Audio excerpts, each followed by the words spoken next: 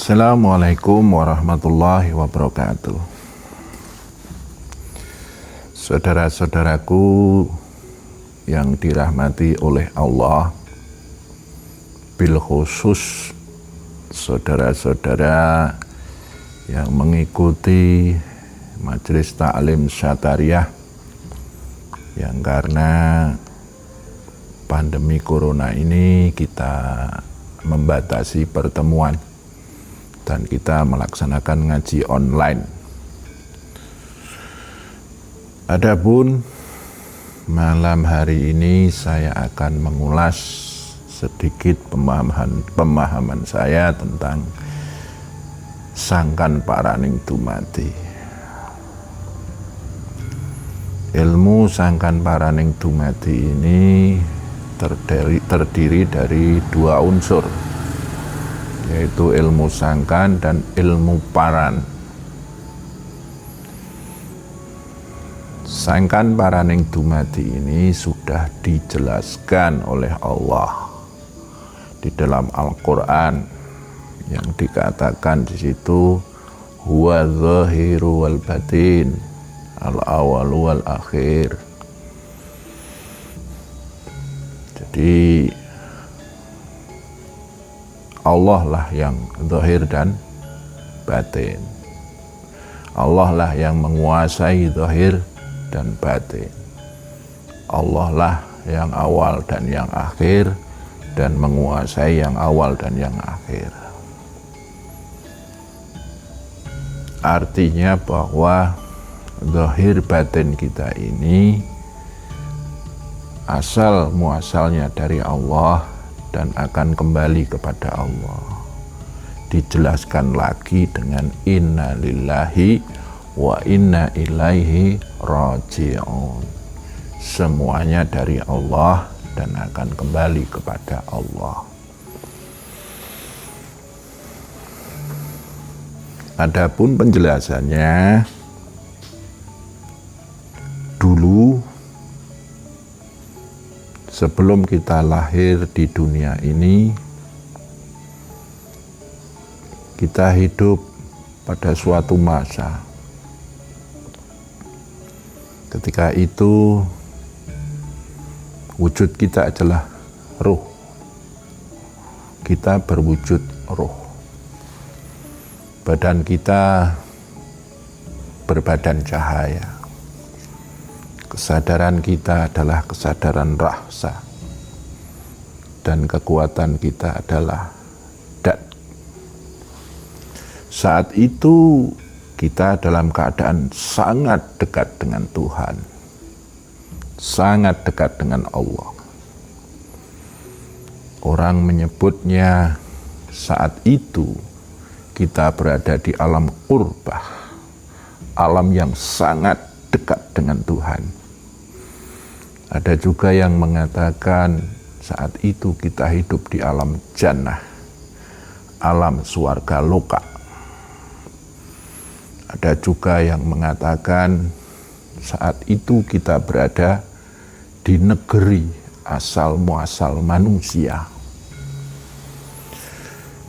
Selanjutnya Allah mengutus kita untuk turun di dunia ini, untuk jadi khalifah. Sebelum lahir di dunia ini, kita bertapa di alam rahim, yaitu rahim ibu kita. Secara normal rata-rata 9 bulan 10 hari. Setelah habis masa pertapaan kita, lahirlah kita di dunia ini. Itulah ilmu sangkan.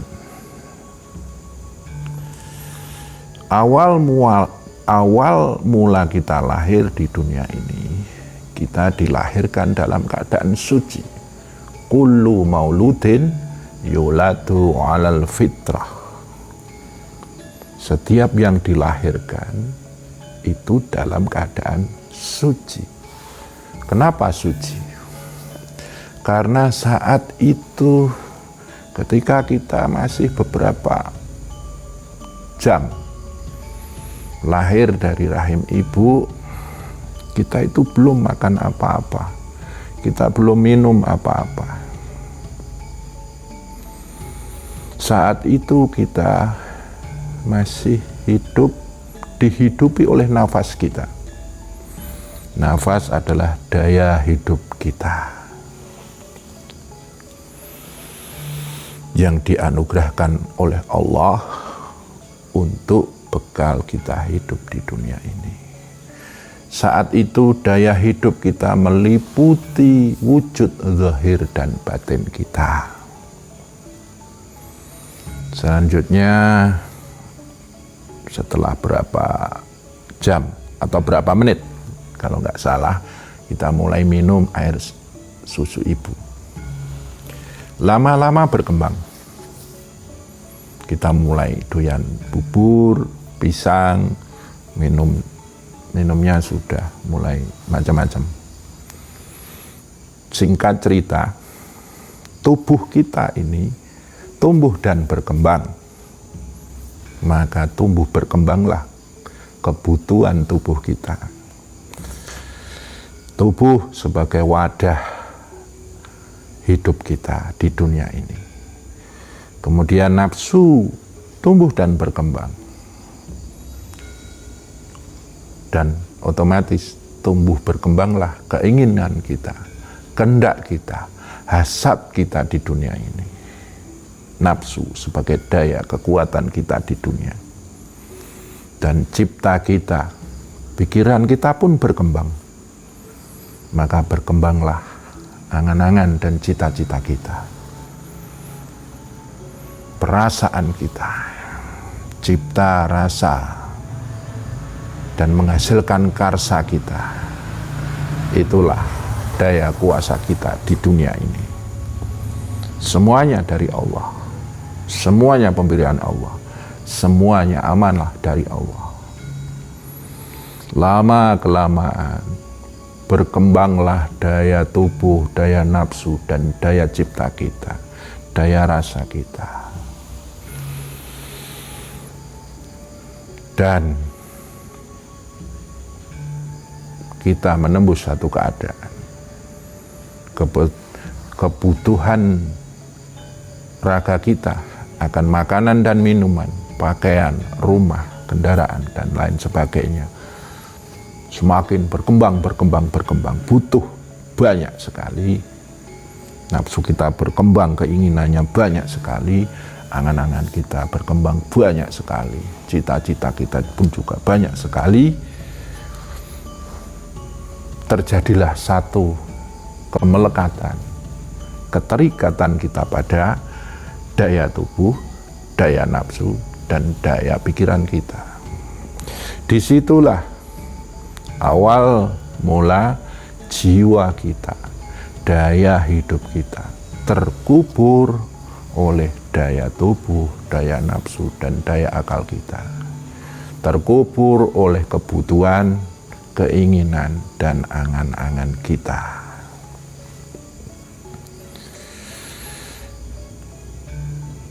Yang bahagia dengan keadaan hidupnya, mereka merasa luas kuburnya.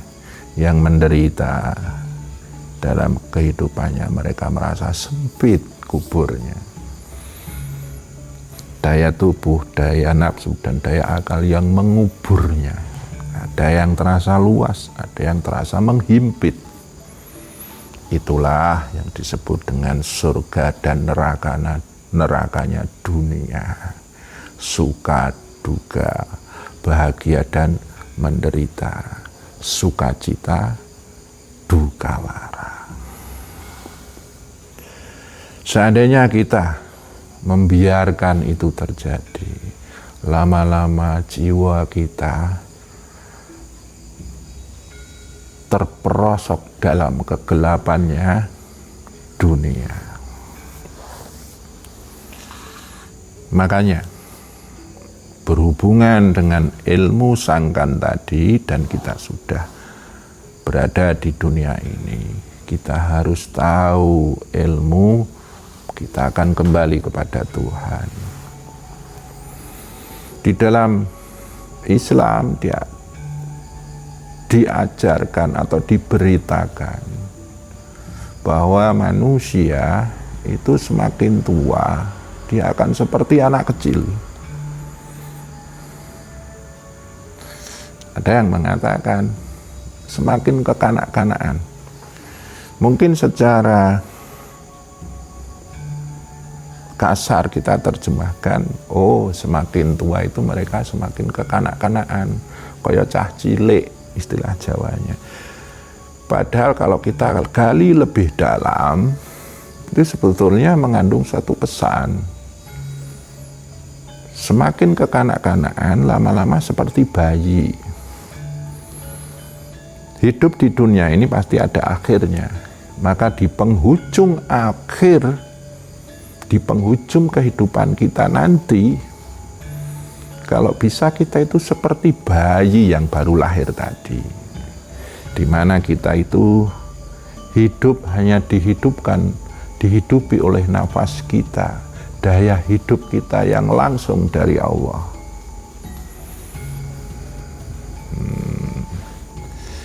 Dan nafas kita akan mengucapkan apa? Man qala la ilaha illallah fi akhiri hayatihi dakhalal jannah. Bila warna hidupnya, nafas hidupnya itu diakhiri dengan ucapan lafaz la ilaha illallah, maka dakhalal jannah. Dia akan masuk alam swarga loka, alam kurbah. Dia kembali kepada negeri asal muasal manusia. Nah, ini bisa dijelaskan detailnya seperti ini. Berhubungan dengan ilmu paran ini, ketika kita menuju alam kurbah, Nabiullah Muhammad SAW mengajarkan rukun Islam, yaitu syahadat, sholat, puasa, zakat, dan haji. Yang pertama adalah syahadat. Syahadat ini termasuk sholat, puasa, zakat, dan haji. Kalau di dalam istilah Jawanya itu bisa disebut sebagai ilmu bangkit. Yang pertama adalah membangkitkan jiwa-jiwa yang tertidur tadi, jiwa-jiwa yang terkubur oleh daya tubuh, daya nafsu, dan daya akal, terkubur oleh kebutuhan, keinginan, dan angan-angan tadi. Dia bangkit dengan apa? Bersyahadat kepada Tuhan, menyaksikan Tuhannya walaupun dia masih di dunia ini. Syahadat ini tidak hanya sesederhana kita mengucapkan la ilaha illallah. Itu syahadat tauhid, syahadat Rasulnya Muhammadur Rasulullah. Tidak sedangkal itu. Yang pertama harus kita lakukan adalah bagaimana menjiwai, meresapi, dan menghayati itu. Dan selanjutnya adalah bagaimana itu mengimplementasikan dalam unsur-unsur diri kita. Kita itu pertama harus sadar langit dan bumi kita. Kita tahu unsur kebumian kita adalah tubuh, nafsu, dan akal. Unsur kelangitan kita adalah roh, sir atau rasa, nur atau cahaya, dan dat, di mana di sana ada hidup dan adanya kita. Itu semuanya harus kita syahadatkan. Kita hidup di dunia ini, maka harus mensyahadatkan anasir-anasir bumi. Anasir bumi yang pertama, ya tubuh ini. Tubuh yang terdiri dari kulit dan daging, darah dan otot, balung dan sumsum. Itu harus kita syahadatkan. Di dalam ilmu tasawuf, di dalam ilmu syatariah, ada yang disebut ilmu syahadat bebadan. Tapi mohon maaf, ini tidak bisa saya florkan ke umum, karena ini butuh izin dari sanad guru saya. Kalau ada yang ingin, monggo japri saya. Tubuh ini ada 30 titik latifah-latifah yang harus kita syahadatkan. Yang kedua adalah mensyahadatkan nafsu.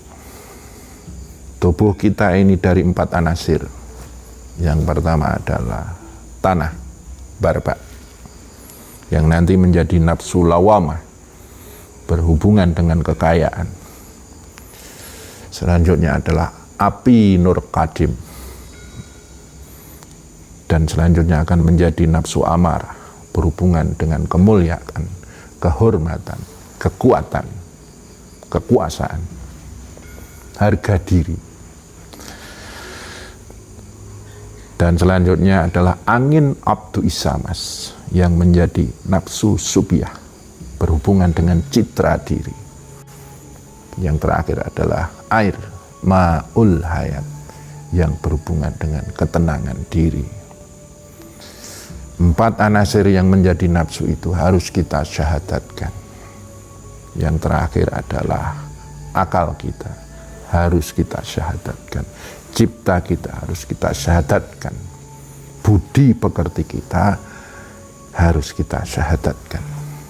Setelah unsur bumi ini kita syahadatkan, maka ruh kita akan menjadi ruh yang merdeka.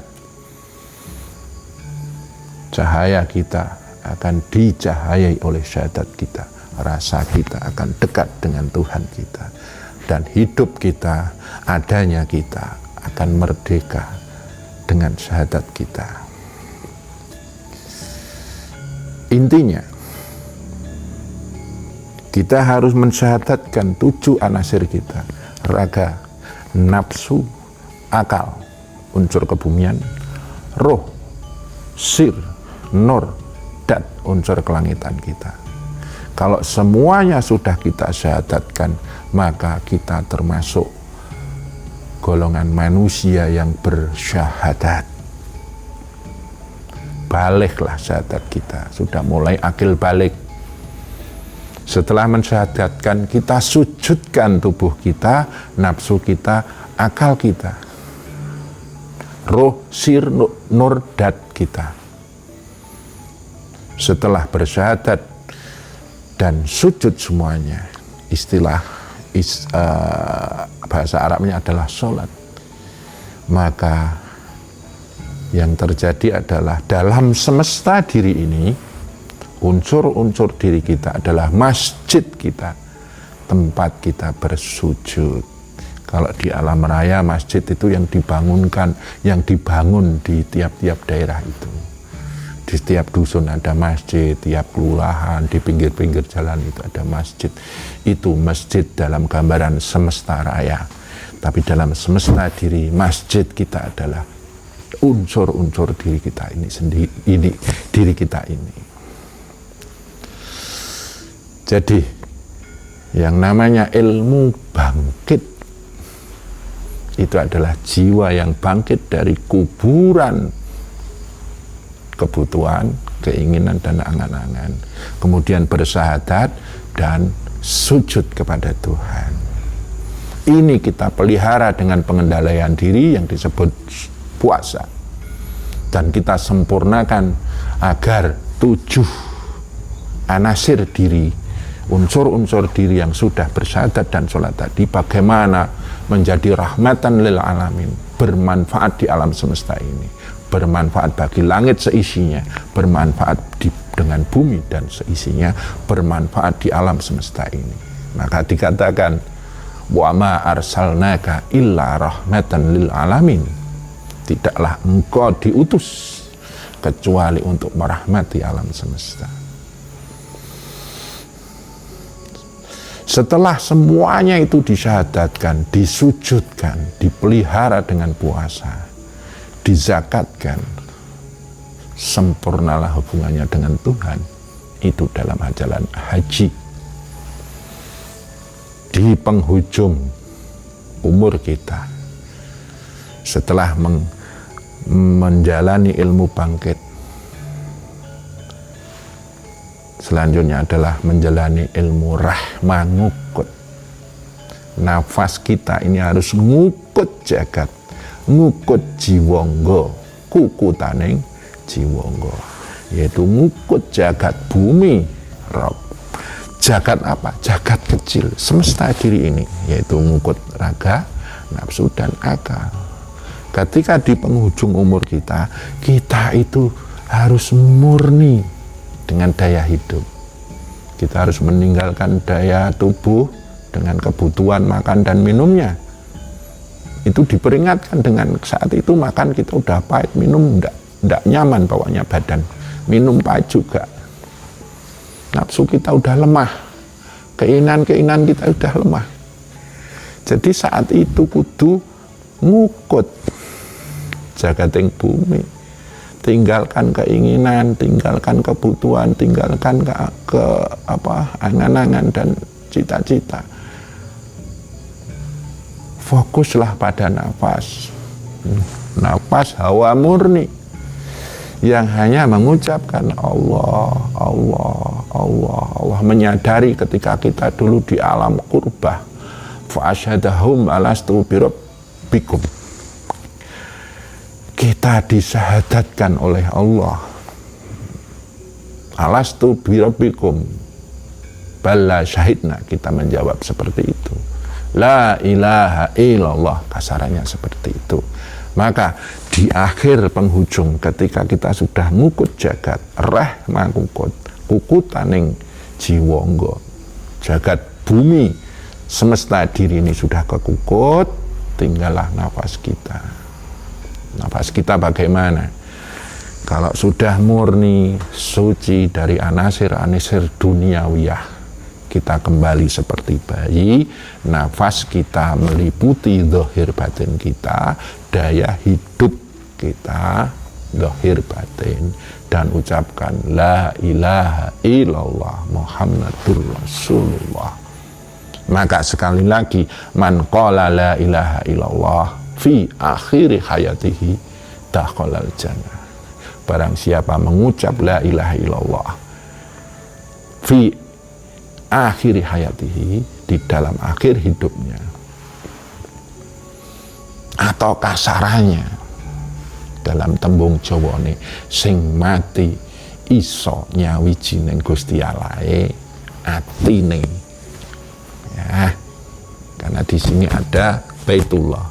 Atine selalu kumandel-mandel marang Gusti Allah, dakhalal jannah. Dan nafas ini menjadi irama zikir itu tadi. Allah, Allah, Allah, Allah. Detak jantung sebagai tasbihnya. Jeduk Allah, Allah, Allah, Allah. Seperti itu. Itulah sedikit dan sekelumit tentang sangkan paraning dumadi. Insya Allah orang yang paham sangkan paraning dumadi akan paham apa itu husnul khotimah dan apa itu husnul khotimah, su'ul khotimah. Husnul khotimah atau su'ul khotimah adalah pilihan, bukan nasib yang tidak bisa kita usahakan. Ya, kurang lebihnya mohon maaf. Assalamualaikum warahmatullahi wabarakatuh.